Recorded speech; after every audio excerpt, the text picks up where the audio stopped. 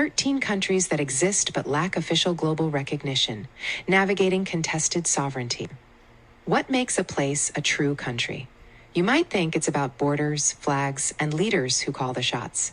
Yet some spots act just like nations, but the world map leaves them off the list. These de facto states run their own show without the full nod from the United Nations or most governments. In this piece, we dive into 12 such places. They challenge what we know about. Defining statehood in the modern world. Nations need more than just a name to count as real on the global stage. Experts point to key rules from old treaties and new talks. The big question is, does control on the ground matter more than paper stamps from other countries? Recognition splits into two camps. A few backers can give a lift, but without wide support, life stays tough. Think of it like a club where the popular crowd decides who gets in. The Montevideo Convention criteria. Back in 1933, countries in South America signed the Montevideo Convention. It lays out 4 must-haves for statehood. First, a steady group of people living there. Second, clear lines on a map for the land. Third, a team in charge that makes and enforces rules. Last, the power to chat and deal with outsiders. These rules focus on what a place does, not who says yes. Many de facto states hit all 4 marks. Still, without cheers from big players, they stay in the shadows. The power of the United Nations seal. Joining the UN feels like the gold star for any country. It opens doors to help, trade, and respect. But getting there means no from the 5 big shots on the Security Council: US, UK, France, Russia, and China. Vetoes block many bids. For example, rivals like Russia often stand in the way for spots they claim as their own. This setup keeps contested areas out, even if they work fine alone. Non-recognized states miss UN aid and votes. Part 1. Some unbacked nations stand strong with solid setups and old fights. They push for a seat at the table but hit walls from power plays.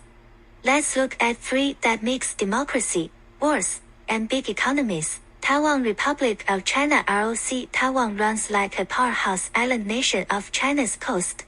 It holds free elections and pumps out tech like computer chips.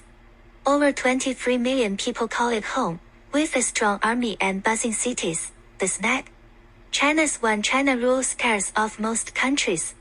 Only a dozen or so back Taiwan fully. Others trade quietly but skip formal ties. This leaves Taiwan in a bind. It joins some world groups under funny names, like Chinese Taipei at the Olympics. Yet full UN dreams fade fast. Kosovo broke free from Serbia in 2008 after years of tension. Now, it has its own laws, money, and sports teams. About 1.8 million live there, mostly in Pristina.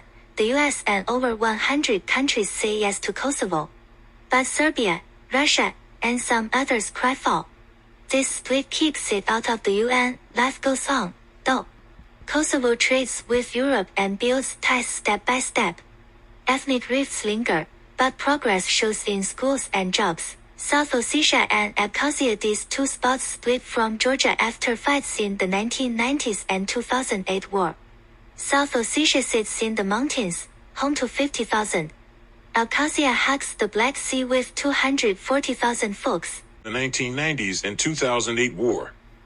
South Ossetia sits in the mountains, home to 50,000.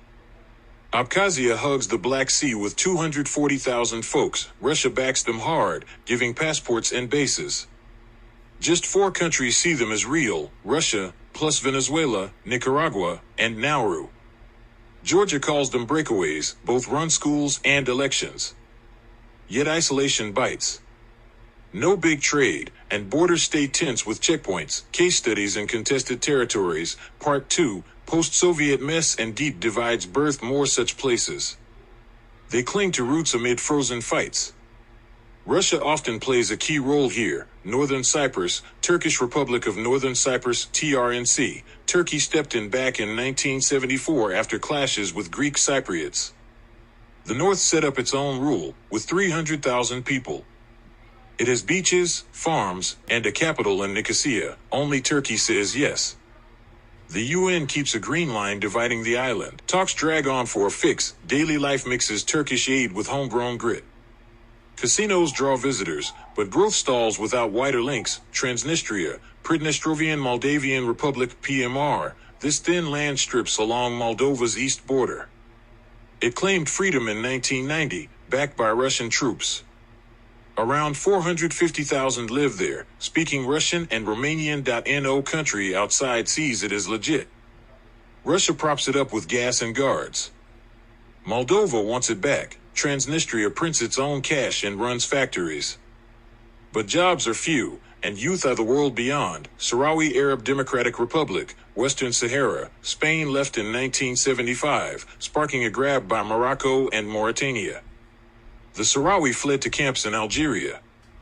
They run a government in exile, with 500,000 claimed people. The African Union welcomes them, but Morocco controls most land. Over 40 African states back the claim. Big powers sit quiet, fights flare now and then. The group pushes self-rule talks. Sand dunes hide dreams of a free home. Case studies in contested territories, Part 3.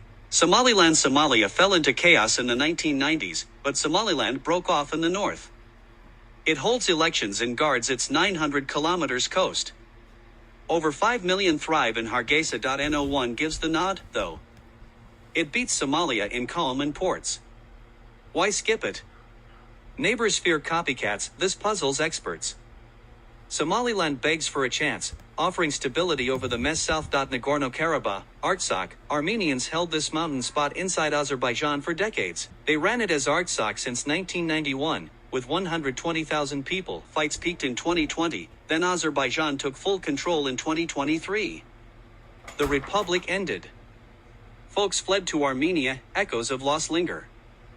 Borders redrawn, but scars run deep. It shows how fast de facto fades. Cook Islands and Niue, special relationship with New Zealand. These Pacific gems link close to New Zealand. Cook Islands has 17,000 on 15 isles, with its own laws. Niue counts 1,600 on one rock. They skip full UN bids by choice. New Zealand handles defense and cash. Both join sports and trade pacts. This setup blurs lines. Are they free or tied?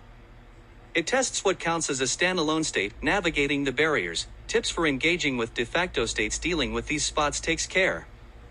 Rules bend, risks pop up. Smart steps help you connect safe. Understanding visa and travel documentation risks. Passports from here often flop at airports. You might need a parent's stamp or dual papers. Checklists from your home turf first. Travelers face stamps that big countries nix. Palestine, a quest for statehood amidst conflict. Palestine is a territory whose quest for recognized statehood has been at the heart of Middle Eastern geopolitics for decades. The Palestinian Authority administers parts of the West Bank. Over 130 countries recognize Palestine, a quest for statehood amidst conflict. Future of sovereign identity, these 13 spots prove states can thrive without full cheers. They govern, grow, and guard their own. Yet politics locks them out, showing sovereignty as a moving target. Their stories remind us that maps are not just lines on paper. They're reflections of ongoing struggles for identity, power, and recognition in a complicated world. Understanding these unrecognized states enriches our perspective on global politics and the diverse ways people define home and nationhood beyond formal acknowledgement. Change brews.